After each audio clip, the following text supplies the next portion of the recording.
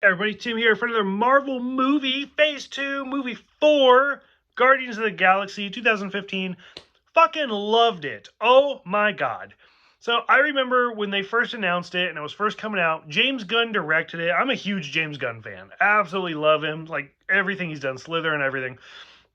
So when they first announced it, I worked at a comic book shop, so I kind of had heard of Guardians before, but I was not a big, I didn't know everything. So the fact that I was like, oh yeah, I kind of know them. I'm sure somebody watching this is going to be like, I knew everything about them. What are you talking about? Like, I knew a little bit about them. The average moviegoer had never even heard of them, realistically, before this movie came out. So I'm going to say this. Somebody's probably going to disagree. Out of all of the Marvel movies so far, I'm going to say this has the most diverse cast.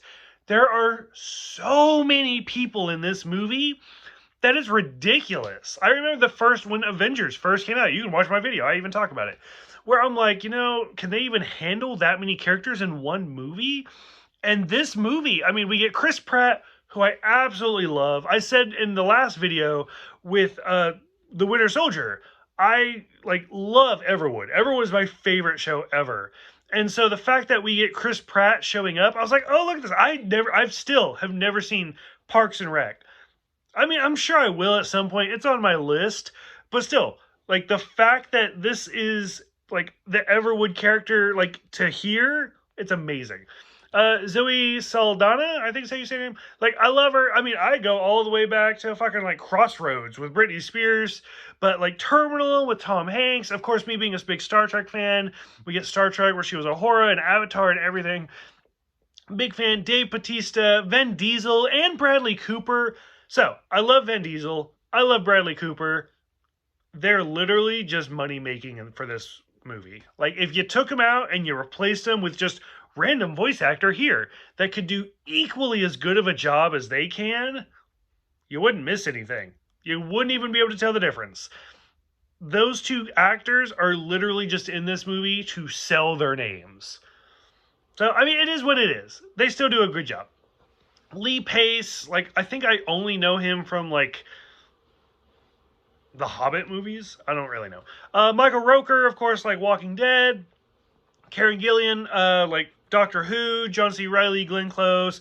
Benicio del Toro, who we've already seen before in Thor 2, in the post-credits scene. So many people. There's so many people in this movie. And it's a good movie. And this is also the first movie where Thanos, I mean, we see him at the end of Avengers, but they say the name Thanos and Josh Brolin's first, voicing the character. So a lot of great stuff in this movie. So that's about it. Like half those videos, just the cast. So I loved it. I thought it was great. Taking place in 1988, like the opening scene, which is the year I was born. So I was like, this is great already. The soundtrack is a fantastic. I want to say this is the first number one soundtrack without having an original song or something, but it's great. Absolutely love it. The characters do great. I love Nowhere with the celestial being. It's fantastic foreshadow. All of just the 80s jokes with Footloose and the Mighty Warrior of Kevin Bacon. They bring up the 6 Infinity Stones, which is fantastic. But like I said, I don't think we needed Vin Diesel to voice Groot, but just hearing him say, I am Groot, over and over again is fantastic. That being said, I hated the last scene where he says, we are Groot. I didn't like it. That's the number one scene out of all of them that kind of disappoint me. I was like, that's literally not in his vocabulary. And I understand it's supposed to be oh, we're all together. No, it didn't work for me. Like I said, lots of foreshadow with the character, especially the Michael Rooker character at the very end, where he's like, we were supposed to deliver him to his dad. Well, that guy's an asshole. Well, who's his dad? Now, like me, I know who his dad is supposed to be in the comics. They completely flip it on its head, and that works. I will talk about it when we get to it. But I thought it was really interesting. It was really good foreshadow.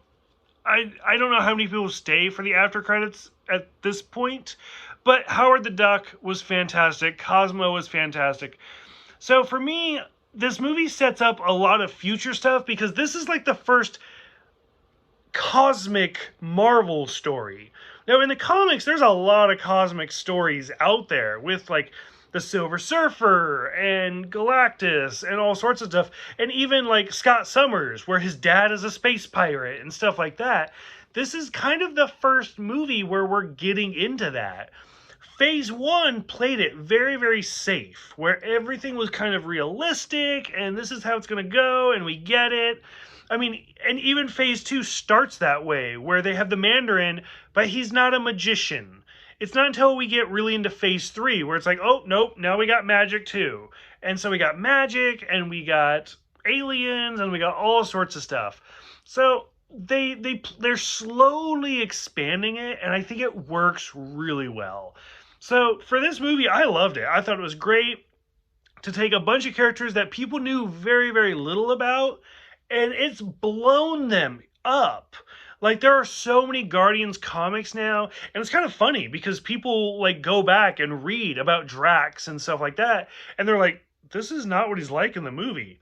No, like I said, they have completely changed everything, but they did it for the best.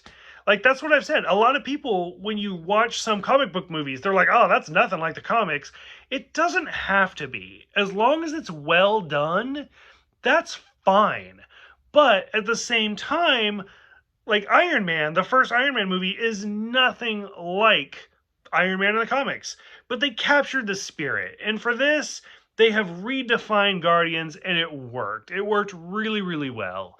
So I'm kind of curious what other people think about Guardians. Like, is this the first time ever seeing it? Or was this movie your first introduction to the Guardians of the Galaxy? Had you known about them before? And if so, what did you think about this interpretation? I'd love to talk about it. Thank you guys for watching. Thank you for subscribing. And I'll see you guys next time for Age of Ultron.